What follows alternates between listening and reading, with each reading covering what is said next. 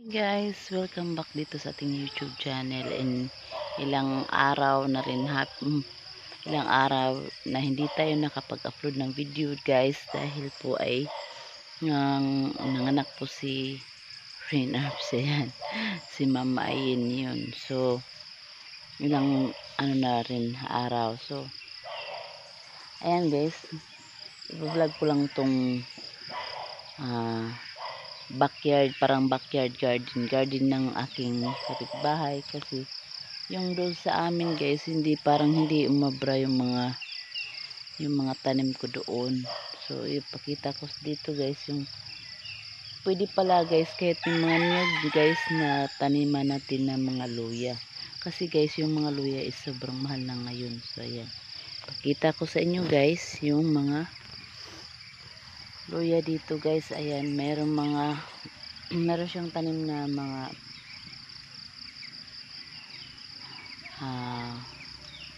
okra. Ayan, okra. Ayan, marami siyang mga okra guys. Nandun may mga malalaki na guys.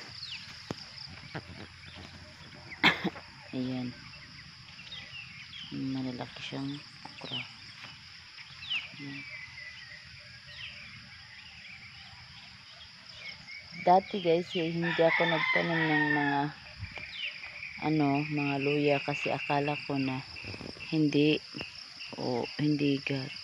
hindi siya mabubuhay. Ayan pala, mabubuhay pala siya guys. Tingnan nyo guys yan. Ayan, mabubuhay kasi nga nag-alangan ako kayo pagtanim guys, kasi may mga lubi, may mga nyog kasi guys, kaya ayan. So ayan, pwede pala siya, kaya magtatanim ako doon sa aming bakod, doon sa likod. Ayan guys, magtatanim tayo doon. So sa ngayon sa ngayon ay